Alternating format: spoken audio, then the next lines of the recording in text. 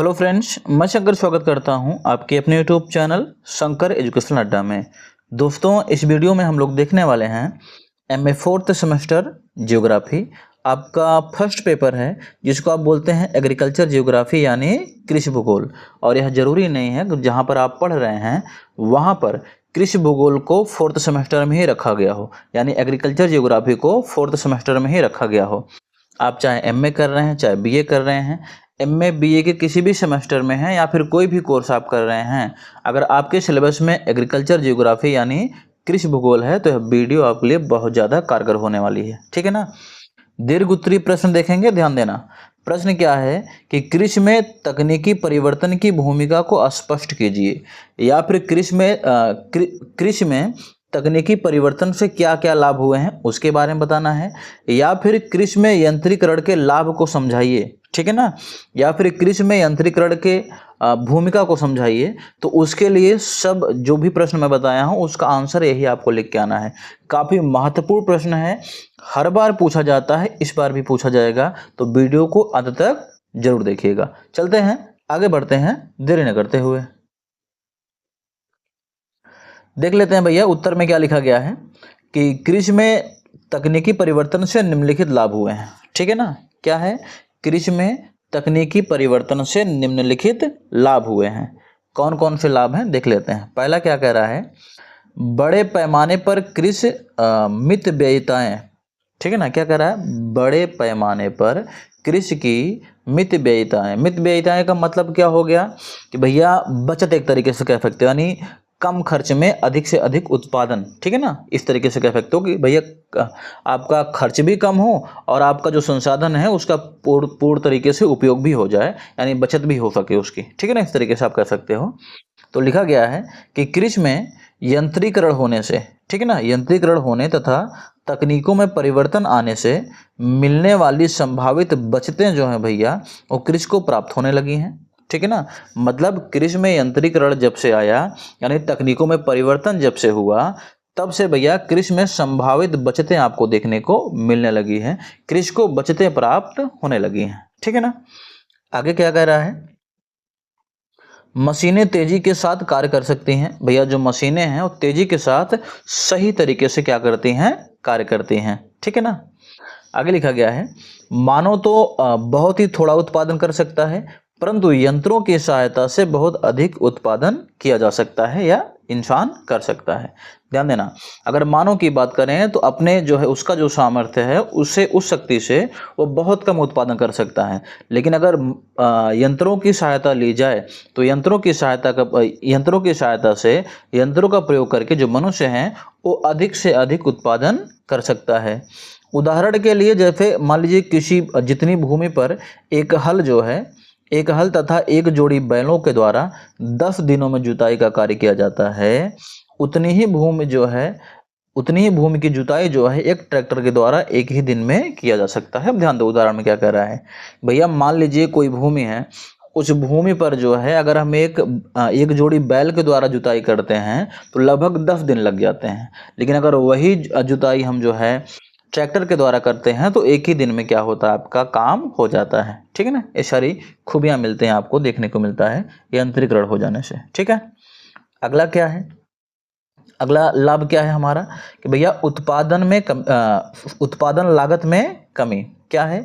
उत्पादन लागत में कमी। दूसरा आपका जो फायदा हुआ है, उत्पादन लागत में कमी आई है। देख लो, जब कृषि के क्षेत्र में यंत्रों का प्रयोग किया जाता है तो उत्पादन व्यय में काफ़ी कमी आती है।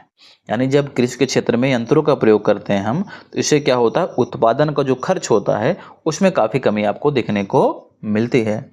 ऐसा अनुमान लगाया जाता है कि 40 एचपी के एक ट्रैक्टर से खेती का कार्य करने का जो प्रति एकड़ उत्पादन व्यय है वो 100 रुपये आता है। यानी ऐसा अनुमान लगाया गया है कि भैया अगर आपका 40 एचपी का जो ट्रैक्टर है उससे अगर आपको खेती करनी है तो उससे जो उत्पादन करने का जो व्यय होता है प्रति एकड़ वो आपको 100 रुपये देखने को मिलता है। ठीक है ना। लेकिन अगर वही चीज़ें देखी जाए कि 40 एचपी के बराबर अगर बैलों का प्रयोग करके हम कृषि करें तो उसमें भैया जो आपका खर्च आता है प्रति एकड़ ठीक है ना, वो कितना देखने को मिलता है, 160 रुपये मिलता है। तो मशीनों से क्या मिलता है आपको, कम रुपए लगता है, और आपका जो है तकनीक, पुरानी जो तकनीकी थी बैलों वगैरह का प्रयोग करके ज़्यादा पैसा लगता है। तो इस प्रकार यंत्रीकरण के कारण जो है कृषि की उत्पादन लागत में काफ़ी कमी आती है। यानी जो यंत्रीकरण होता है तकनीकों का प्रयोग करने से, ठीक है ना, कृषि में तकनीकों का प्रयोग करने से भैया, यंत्रों का प्रयोग करने से भैया जो उत्पादन लागत है उसमें क्या होती है, आपकी कमी देखने को आपको मिलती है। ठीक है ना, इस तरीके से आप बना के आराम से लिख के आ सकते हैं। अगला पॉइंट क्या कह रहा, व्यापारिक कृषि संभव। अब ध्यान देना, पहले जब यंत्र वगैरह नहीं होते थे, कृषि यंत्र नहीं होते थे, जो मानव होता था वो केवल अपने निर्वाह के लिए ही कृषि करता था, मतलब केवल इतनी फसलें ही उगा पाता था जिससे उसका जीवन यापन हो सके। लेकिन यंत्रों के आने के वजह से, मशीनीकरण होने के वजह से, यंत्रीकरण होने की वजह से किसान अब इतनी फसलें उगा लेता है कि अपने पर्सनल यूज के लिए भी रख सकता है और उसको बाजार में ले जा करके बेच भी सकता है। ठीक है ना, तो वही लिखा गया है कि भैया व्यापारिक कृषि संभव हो सके, ये तीसरा लाभ है। क्या इसमें लिखा गया, जरा ध्यान देना। कृषि यंत्रीकरण का एक लाभ यह भी है कि किसान अपने खेतों से व्यापारिक फसलें क्या कर सकते हैं भैया, ले सकते हैं, या फिर व्यापारिक फसलें उगा सकते हैं, इस तरीके से आप बोल सकते हो। ठीक है ना, कृषि में तकनीकी परिवर्तन आने तथा यंत्रों के प्रयोग से पूर्व किसान केवल अपने जीवन निर्वाह के लिए ही खेती करता था। यानी जब कृषि में तकनीकी परिवर्तन नहीं आया था, कृषि में यंत्रों के प्रयोग नहीं हो रहे थे, ठीक है ना, उस समय की अगर बात करें हम, तो किसान जो है केवल अपने जीवन निर्वाह के लिए ही क्या करता था भैया, खेती करता था। लेकिन अब वह अतिरिक्त उपज को बाजार में भी जो है, बाजार में, ठीक है ना, बेचने के लिए भी खेती करता है। लेकिन आजकल क्या है भैया, मशीनीकरण आ गया है, यंत्रीकरण हो गया है, यानी कृषि में नई नई टेक्नोलॉजी का प्रयोग हुआ है। तो इस वजह से क्या होता है भैया कि इन जो मनुष्य है अपने जो जो अतिरिक्त जो है उपज है बाजार में, जो अतिरिक्त उपज है अपनी खेती की, उसको ले जा करके क्या करता है, बाजार में बेचने का भी काम करता है। ठीक है ना, पहले अपने पर्सनल यूज के लिए, जो उसका जीवन निर्वाह के लिए सामान रहेगा उसको रख लेगा, उससे अतिरिक्त जो बचेगा उसको ले जा करके बाजार में वो बेच सकता है, यानी बेचता है। ठीक है ना, इससे उसे लाभ प्राप्त होता है। आगे क्या कह रहा है, कृषि में रासायनिक खादों के प्रयोग, यंत्रों के प्रयोग आदि के बल पर किसान अब खेतों से 2-2, 3-3 फसलें तक लेने लगे हैं। यानी भैया जब से जो है कृषि में रासायनिक खादों का प्रयोग होने लगा है, यंत्रों का प्रयोग होने लगा है, उनके बलबूते पर जो किसान है वो एक ही समय में क्या करता है भैया, 2-2, 3-3 फसलें उगाने लगे हैं। ठीक है ना, जैसे मान लीजिए सरसों का खेत है, उस सरसों में क्या करते हैं वो लोग, किसान जो है मसूर वगैरह भी डाल देते हैं, दोनों साथ में हो जाता है। ठीक है ना, सरसों और मसूर एक खेत में तैयार हो सकते हैं। इससे होता क्या है, दो दो चीज़ों का लाभ मिलता है उन्हें। ठीक है, आगे चलते हैं। अगला क्या हो सकता है, मतलब आपका जो चौथा बेनिफिट होगा वो क्या है, जो चौथा आपका जो लाभ है वो क्या है, तो लिखा गया है बड़े पैमाने पर कृषि संभव। भैया यंत्रीकरण होने से जो कृषि है वो बड़े पैमाने पर होने लगी है। कैसे, ध्यान दो, पहले क्या होता था, जब मशीन और यंत्र नहीं होते थे तो इंसान छोटे से अपने एरिया में कृषि करके अपना जीवन यापन करता था।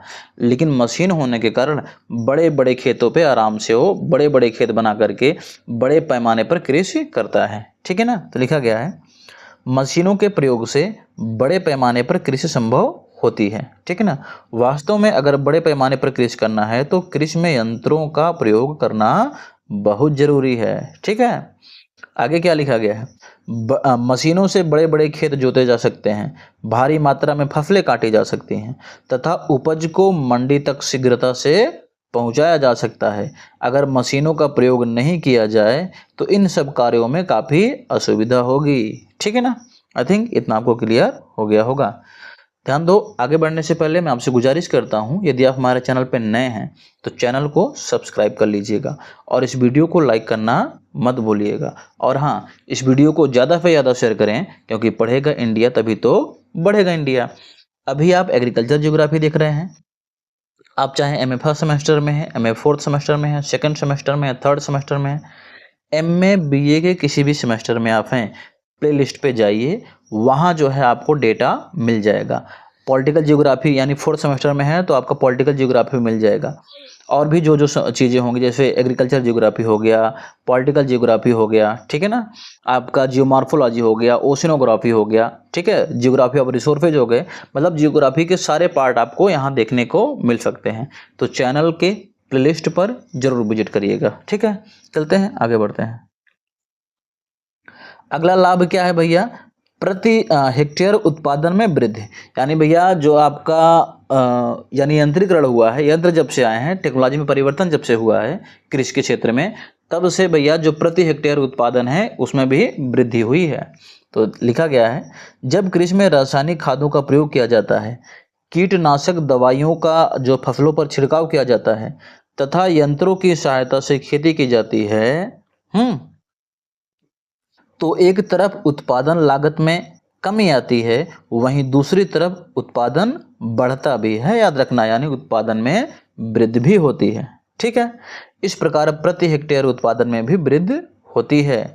जब ट्रैक्टर आदि से जो है खेतों की गहरी जुताई की जाती है, तो खाद्यान्न फसलों में 20 से 25% तक उत्पादन जो है भैया बढ़ जाता है। यानी जब ट्रैक्टर से आप गहरी जुताई करते हैं खेतों की, तो जो खाद्यान्न फसलें होते हैं, ठीक है ना, खाद्यान्न फसलें जो होती हैं उनमें 20 से 25% की बढ़ोतरी होती है, इतना तक उत्पादन आपका बढ़ जाता है। आगे क्या कह रहा है, पशु संबंधी व्ययों में बचत, यानी जो पशु संबंधी खर्चे होते थे उसमें भी काफ़ी ज़्यादा बचत होने लगी है। अब जब यंत्र नहीं होते थे तो खेती करने के लिए बैल, ठीक है ना, बैलगाड़ी, घोड़ा गाड़ी, इन सब का यूज करते थे सामान को एक स्थान से दूसरे स्थान पर पहुंचाने के लिए, ठीक है ना। लेकिन जब यंत्रीकरण हो गया है तो इन चीज़ों का यूज नहीं करना पड़ता है, जिससे जो पशुओं संबंधी आपका खर्च होता है उसमें भी बचत होती है। तो लिखा गया है, जब कृषि में यंत्रों का प्रयोग किया जाता है तो कृषि कार्य करने के लिए पशुओं की आवश्यकता नहीं पड़ती है, या फिर कह सकते हैं बहुत ही कम पड़ती है, ठीक है ना। उदाहरण स्वरूप अगर देखा जाए, पंप सेट से सिंचाई हो जाती है, ट्रैक्टर से खेतों की जुताई हो जाती है, ये सभी कार्य जो है यंत्रों से हो जाते हैं। तो पशु रखने के लिए जो है खर्च कम होता है, यानी पशु रखने के जो खर्च होते हैं उसमें बचत हो जाती है, ठीक है ना। आई थिंक इतना आपको क्लियर हो गया होगा। आगे देख लेते हैं, बेकार भूमि को कृषि योग्य बनाने में सहायक, यानी भैया जो यंत्रीकरण हुआ है, यानी जो नए नए यंत्र आपका यूज होते हैं कृषि में जो परिवर्तन हुआ है टेक्नोलॉजी में, तकनीक में, उससे क्या हुआ है भैया, बेकार भूमि को भी कृषि योग्य बनाने में सहायता मिली है हमें, ठीक है ना। तो लिखा गया है, कृषि यंत्रों की सहायता से पथरीली भूमि, ऊंची नीची भूमि, बंजर भूमि व टीलों को साफ करके कृषि योग्य बनाने की दृष्टि से कृषि यंत्र काफी महत्वपूर्ण है। यानी कृषि यंत्रों की सहायता से भैया पथरीली भूमि, ऊंची नीची भूमि, बंजर भूमि, ठीक है ना, और टीलों को साफ करके भी कृषि योग्य बनाया जा सकता है, ठीक है ना। किसकी वजह से, कृषि यंत्रों की सहायता से, ठीक है। अगला क्या है, रोजगार की सुविधाएं भी भैया देखने को मिली है, ठीक है ना। तो लिखा गया है, कृषि यंत्रीकरण से देश में ट्रैक्टर, पंप सेट आदि के निर्माण एवं मरम्मत तथा इनके छोटे छोटे पुर्जों के निर्माण के लिए सहायक धंधों का भी विकास होता है। ध्यान देना, जब ट्रैक्टर बनते हैं, पंप सेट बनते हैं, और इनके निर्माण के लिए, इनके मरम्मत के लिए, मतलब उनको सही जब बिगड़ते हैं तो उनको सही करने के लिए, और उनके जो छोटे छोटे पुर्जे होते हैं उनका निर्माण करने के लिए जो उनके सहायक उद्योग होते हैं उनका भी क्या होता है, विकास होता है, ठीक है ना। इनमें यंत्रीकरण के परिणाम स्वरूप जिन लोगों का रोजगार छिन जाता है उनके लिए रोजगार अवसरों में भी वृद्धि होती है, ठीक है ना। आई थिंक इतना आपको क्लियर हो गया होगा। आगे क्या कह रहा है भैया, अगला पॉइंट क्या कह सकते हो आप, सामाजिक सुधार भी हुआ है ना, यानी कृषि में यंत्रीकरण से सामाजिक सुधार भी हुआ है। कैसे हुआ है वो हम देख लेते हैं, देख लो। कृषि के यंत्रीकरण से किसानों के सामाजिक जीवन में भी सुधार होने लगता है, ठीक है ना। अब ध्यान देना, जब कृषि में यंत्रीकरण होता है, कृषि में टेक्नोलॉजी में परिवर्तन होता है, ठीक है ना, कृषि में टेक्नोलॉजी में परिवर्तन होता है, तो भैया जो किसानों का जीवन स्तर होता है उसमें भी सुधार होने लगता है, किसानों के सामाजिक जीवन में भी सुधार होने लगता है। यंत्रीकरण के परिणाम स्वरूप किसान भारी एवं नीरस कार्यों के बोझ से मुक्त हो जाता है। यानी भैया जो बड़े बड़े कार्य होते हैं जिनमें मन नहीं लगता है कार्यों को करने के लिए, जो काफ़ी ज़्यादा बोझ से महसूस होते हैं कार्य, उनसे किसान मुक्त हो जाता है, क्योंकि वो सारे के सारे काम कौन करती हैं? मशीनें करती हैं। उनकी आर्थिक स्थिति सुधर जाती है, ठीक है ना। व्यापारी कृषि करने लगेंगे तो ले जाके सामान को, अपने फसलों को बाजार में बेचेंगे तो उनसे क्या होगा? आर्थिक स्थिति भी उनकी सुधर जाएगी और जीवन स्तर भी ऊंचा होने लगता है। जीवन स्तर भी क्या होने लगता है? ऊंचा होने लगता है। अच्छा रहन सहन हो जाता है उनका, ठीक है ना। जीवन स्तर में सुधार होने से सामाजिक कुरीतियां भी दूर हो जाती हैं। जब जीवन स्तर ऊंचा होगा, लोग पढ़ेंगे लिखेंगे, इससे जो सामाजिक बुराइयां होंगी, जो सामाजिक कुरीतियां होंगी, वो भी क्या होती हैं? समाज से दूर हो जाती हैं, ठीक है ना। आई होप इतना आपको समझ में आया होगा। अगर इतना समझ में आया है तो चैनल को सब्सक्राइब और वीडियो को लाइक करना मत भूलिएगा। मैं फिर से एक बार कह रहा हूँ, इस वीडियो को ज़्यादा से ज़्यादा शेयर करें, क्योंकि पढ़ेगा इंडिया तभी तो बढ़ेगा इंडिया। मिलते हैं आपसे अगली वीडियो में।